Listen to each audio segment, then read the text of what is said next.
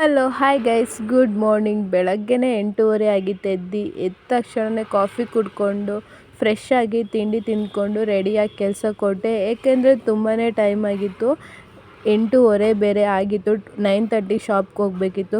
ಬೇಗ ರೆಡಿಯಾಗಿ ಶಾಪ್ಗೆ ಕೊಟ್ಟೆ. ಹಾಗೆ ಮಧ್ಯಾಹ್ನ ಆಯ್ತಿದ್ದಂಗೆ ಸ್ವಲ್ಪ ಹಾಸ್ಪಿಟ್ಲಿಗೆ ಹೋಗಬೇಕಿತ್ತು. ಯಾಕಂದರೆ 4 ಡೇಸಿಂದ ತಲೆನೋವು ಇದ್ದಿದ್ದರಿಂದ ಹಾಗೆ ಹಾಸ್ಪಿಟ್ಲಿಗೆ ಹೋಗಬೇಕಿತ್ತು. ಹಾಸ್ಪಿಟ್ಲಲ್ಲಿ ನೋಡಿದ್ರೆ ಫುಲ್ ರಶ್ ಇತ್ತು.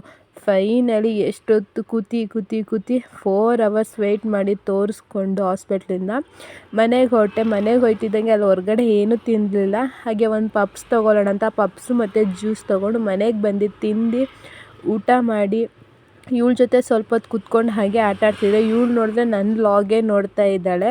ಹಾಗೆ ಸ್ವಲ್ಪ ಹೊತ್ತು ಆಟ ಆಡಿಕೊಂಡು ಕೆಲಸಕ್ಕೆ ಹೊರಟೆ. ಕೆಲಸ ಎಲ್ಲ ಮುಗೀತು, ಸಂಜೆ ಆಯಿತು. ಮನೆಗೆ ಹೋಗಿ ಗೋಬಿ ಮಾಡಿಕೊಂಡು ಫುಲ್ ವಿಡಿಯೋ ಬೇಕಂದರೆ ಯೂಟ್ಯೂಬ್ ಚಾನಲ್ ಇದೆ ನೋಡಿ. ಈ ವ್ಲಾಗ್ ಇಲ್ಲಿಗೆ ಎಂಡ್ ಮಾಡ್ತೀನಿ. Thank you.